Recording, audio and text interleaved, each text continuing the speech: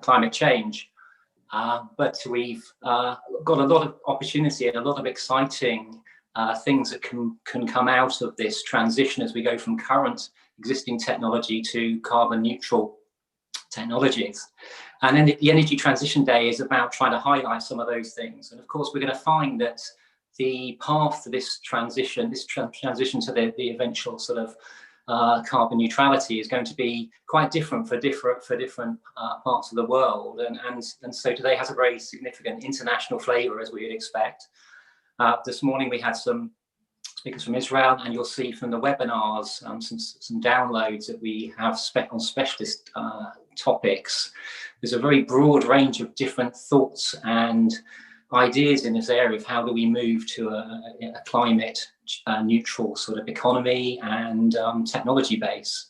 Real pleasure this afternoon, or this morning I should say, for our speaker, to have Paul here from the US, and he's going to tell us from his experience of both industrial and policy.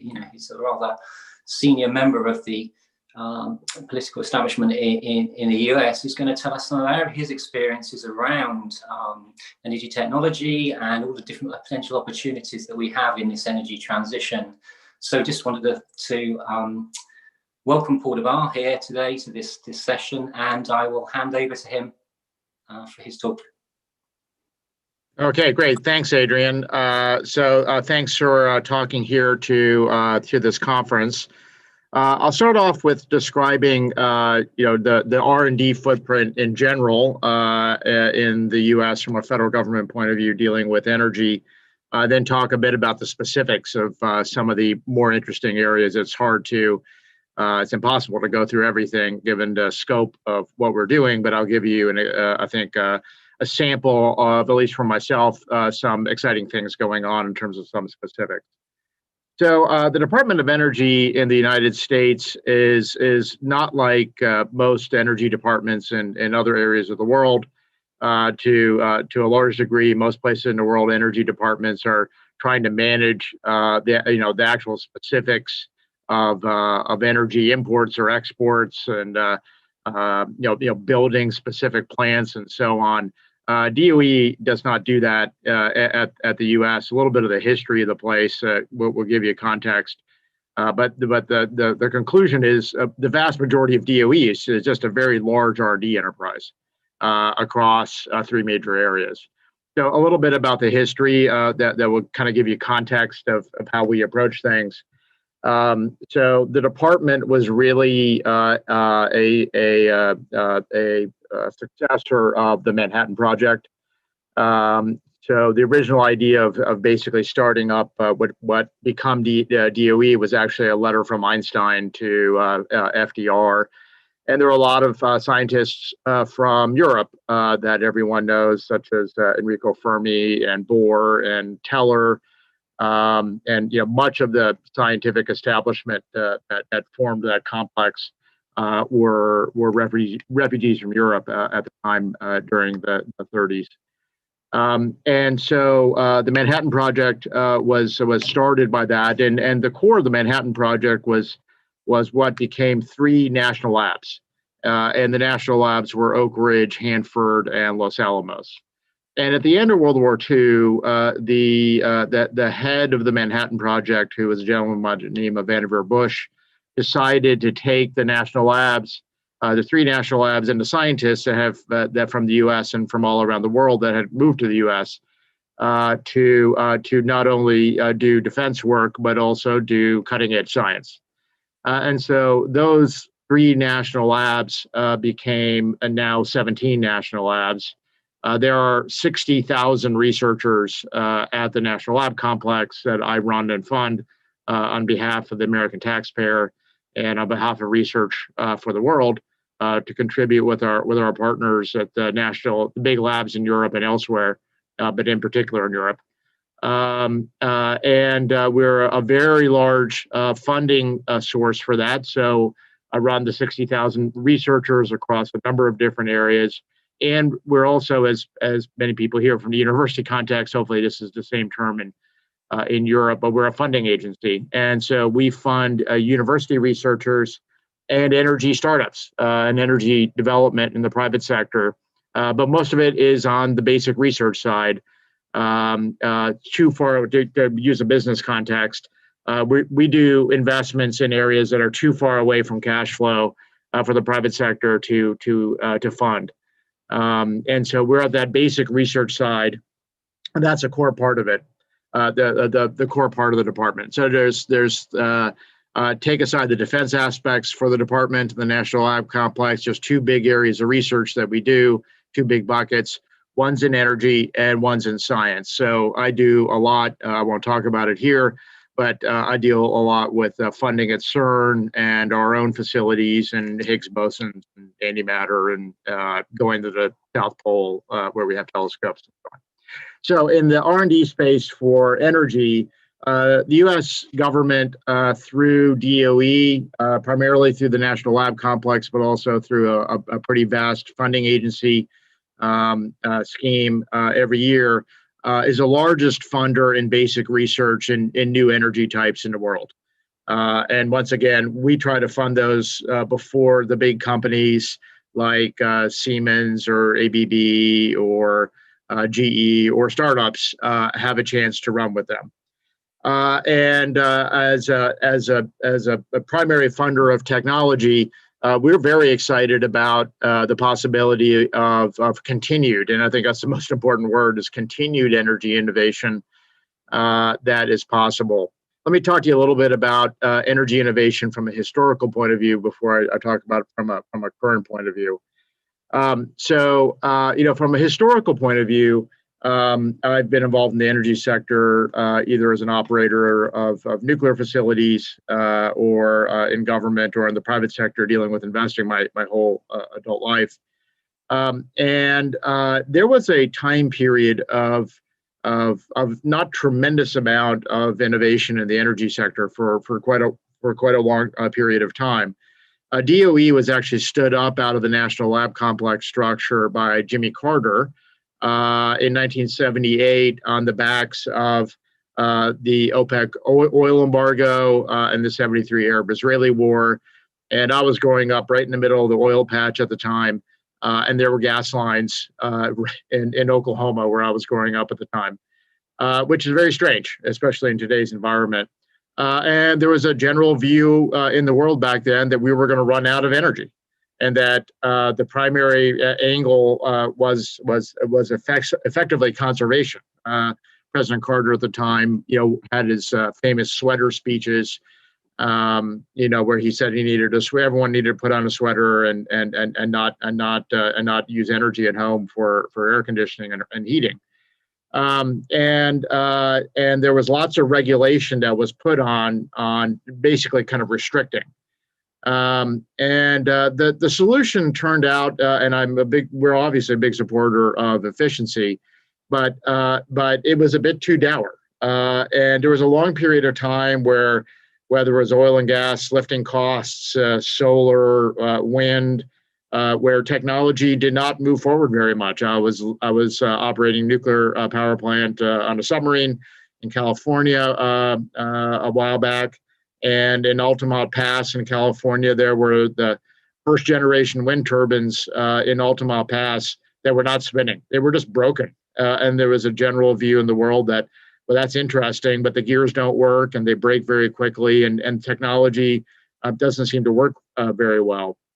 And we saw energy prices rising. We didn't see a lot of increase in a lot of the technologies. Well, starting give or take about 10 to 15 years ago, there started to be a big rush in terms of energy technology investment and actually performance. So just to give you a few examples, the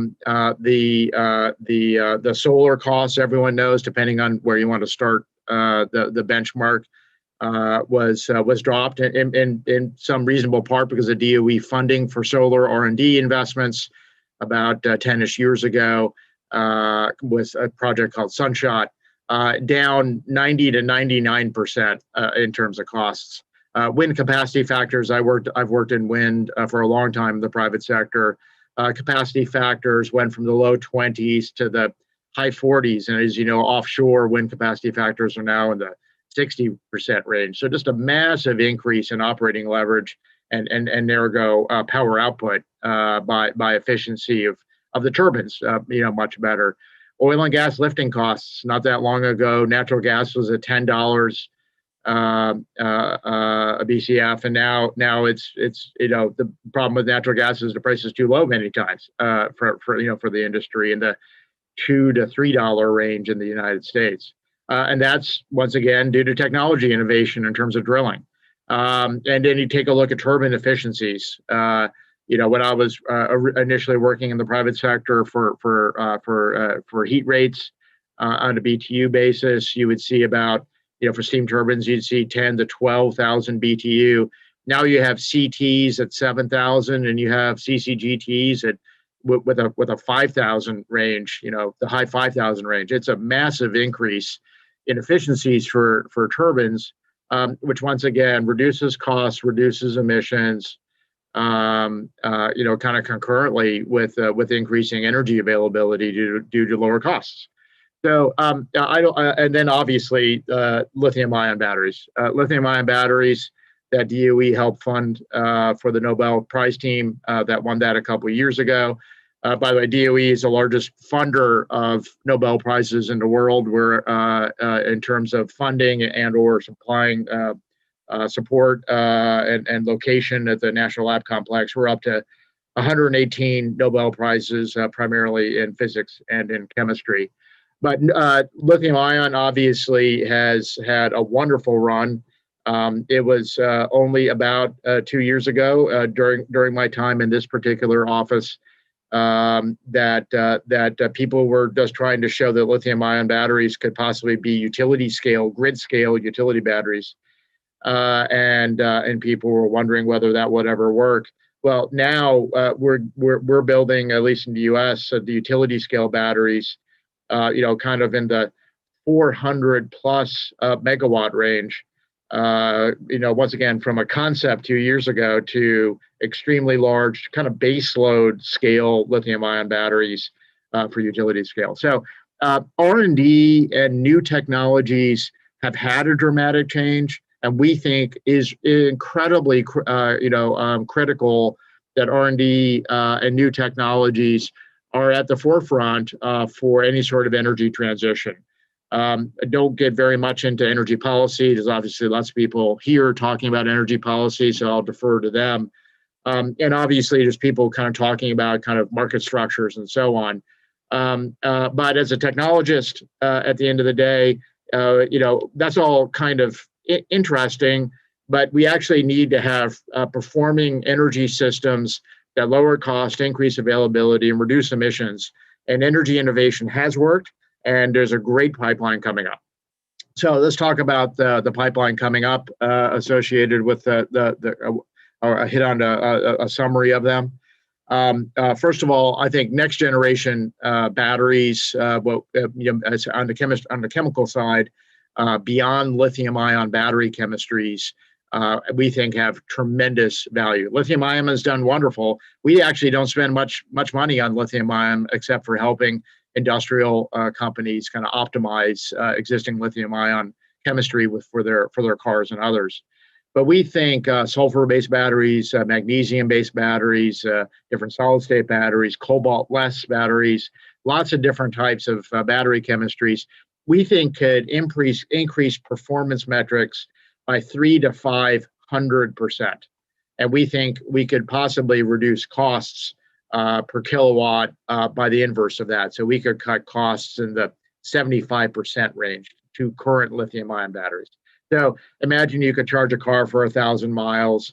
Imagine you could drop the costs on a Tesla or other electric vehicle by a significant amount by driving down battery costs. This is feasible. We actually have those chemistries in research at universities and at the National Lab Complex. Flow batteries for utilities also using organic chemistry and so on. So that's a big area we think has tremendous value. Let me hit on a couple of solar topics. Artificial photosynthesis, which is utilization of chemistry, somewhat similar to organic chemistry, but actually more based on metals, but using artificial photosynthesis is a big area. We have two big areas going on right now, one at Caltech centric and one in North Carolina centric, which convert direct conversion from sunlight into liquid fuels.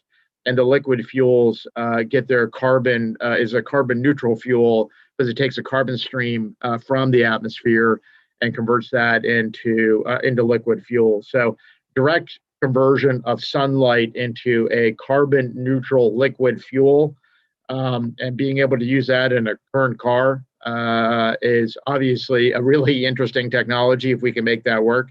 Once again, like many of these things, the chemistry works. It's whether we could scale it to a point where we're driving down costs so that effectively we're getting to availability. Another area is in renewable natural gas. This is a large string. This kind of fits into this whole hydrogen, the hydrogen to RNG string of chemistry. So you take power from a renewable source, so wind or solar, or you could take it from nuclear, also non-emitting, and basically crack to make it hydrogen. Once again, take the hydrogen, which you can use directly, and there's obviously tremendous amounts of effort that we have going on from a hydrogen economy point of view, driving down the cost for that hydrogen generation, the different types of whether it's green hydrogen or other types of hydrogen. But then the big challenge with hydrogen is you have to mix it, or if you want to use it straight out, the infrastructure is not built, and infrastructure for natural gas, for example, is in the trillion dollar range in the U.S. So trying to recreate that can certainly be done, but it's certainly a challenge and a very large investment. So hydrogen locally can certainly work. Converting hydrogen with a CO2 string from carbon capture, once again, into RNG, renewable natural gas, and then it can go through existing pipeline networks, burn on a completely zero emitting basis with that string I just described, is clearly exciting. And to even go all the way down the road here is taking RNG and converting it into monomers and polymers, and you could have plastics that actually could be created from the sunlight. That's all completely feasible. And once again, this is about scaling and driving down costs. A little bit on the physics side, given DOE is a very big physics organization, both fission and fusion we think have very big potential additional opportunities. I'll talk about fusion a little bit on the frontier, so to speak, in terms of discovery. Obviously, there's work at ITER that we also help support in France, but we do tremendous amounts of work in the UK with JET at Culham and our own efforts in the United States. And I think the one thing that the UK and the United States both have in common is that we're the two leaders in the world in terms of the private fusion sector. And there are a number of companies, whether it's Tokamak Energy or TriAlpha or General Fusion or Commonwealth Fusion and many others, Lockheed, who are very close, it appears, to a net out fusion machine. That will be a major step forward for humanity, for us to be able to convert, to be able to hold fusion to the point and generate net out, so that the energy put into the containment is less than the energy that we're getting out. And a number of them feel that they are within striking range of 5-ish years plus or minus to a net out machine. There's a long way from a net out machine to an operating power plant, but obviously getting a final net out machine is actually the most complicated aspect of fusion. And I find what's really interesting as someone who has been a bit around the fusion sector even before this job, is that it has actually turned out to be reasonably easy for those private startups to raise money. About $1.5 billion has been raised in the private equity markets for the fusion startups. It is just a vast amount of interest, including from big oil companies from Canada, from Norway, Eni in Italy, So you're actually seeing oil company significant interest in funding fusion. And then in the fission space, I would comment to we've made 4 announcements in fission. People have been very focused. I'm a nuclear engineer. I come from a fission background. I've been very focused on technology that was invented in the 1950s by the U.S. Navy on pressurized water reactors and boiling water reactors. But advanced nuclear using liquid metals, in which we could run reactors at atmospheric pressure, and the safety issues, so to speak, and challenges of nuclear drop dramatically with the fuel design and much lower pressure needs for that. And we just announced 4 government-supported new reactors in the U.S. One's a test reactor. One is scaling up a small modular reactor and actually getting a first commercial deployment. So that's really exciting to do that. I worked on an SMR, so to speak, on a nuclear submarine when I was younger. And then 2 advanced nuclear designs to move forward to build those, as I was just describing. The final thing I would comment to, a little bit less about the bigger kind of energy, the energy transition point, is about the grid. We're clearly seeing that in California, and I would not recommend the kind of challenges that we were seeing in California. In general, the focus of there, and one of the problems we could run into with the shift in energy is that it's much more distributed and it's much more intermittent than traditional baseload, on-demand, 24/7, completely available plants. And so under-investing in the grid can lead to wildfires, can lead to stress on it. It leads to power flows that the grid was never intended to handle, because the distributed solar and distributed wind is all over the place. And the grid was never made. It was made for a big hub and spoke. So investment in the grid and technologies for management of the grid is equally as important as adding new resources. So we should not be forgetting about that. We're investing quite a bit about that. I don't have time to get into it. And obviously, cybersecurity. There are actors in the world that I think that we all know that attack the grids of countries in Europe and elsewhere, testing the ability to take down electrical grids. So cybersecurity and the electrical grid, especially as there's more inputs coming into it. So there's more ways for competitor nations who are doing this right now around the world and in various countries, that they don't have easy access to take down our society that's very intertwined with the need for electricity. So that's a really quick overview of what we do. We spend about $18 billion in R&D, non-defense R&D. About half of that in energy. It's a very exciting time, and once again, everyone who's involved in energy policy, that's obviously important.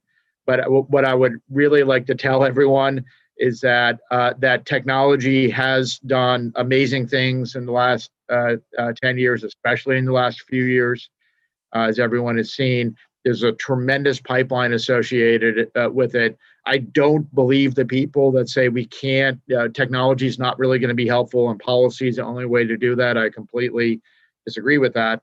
And I think we have a lot of facts, both historical and the current pipeline, where technology innovation can have a massive impact. And universities such as Cambridge have been at the forefront of this, and we work with them and others. We look forward to that. Thanks.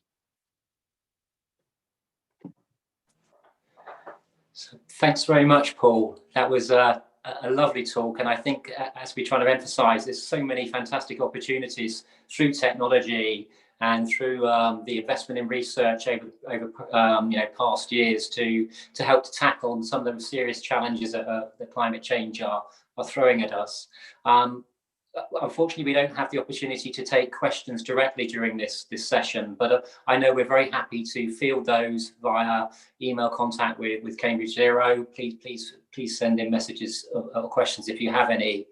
And I thought I'd just finish off by again, just thanking our speaker. I was expecting a very broad overview, and I think he touched on so many exciting technologies, quite impressive in such a short time.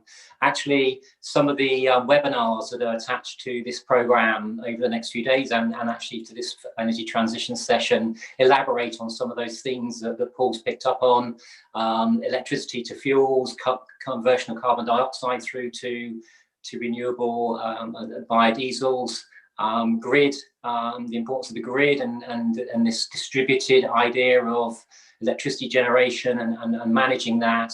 Many of these themes are actually being picked up and developed more in those webinars. So I'd really encourage people to have a look at those if they're of interest to you. So I think we're pretty much out of time now. So I'd just like to wrap up by thanking Paul again for joining us today, and obviously I hope you enjoy the rest of the Cambridge Zero Festival events we're running throughout the rest of the week. So thank you. With that, thanks, Paul.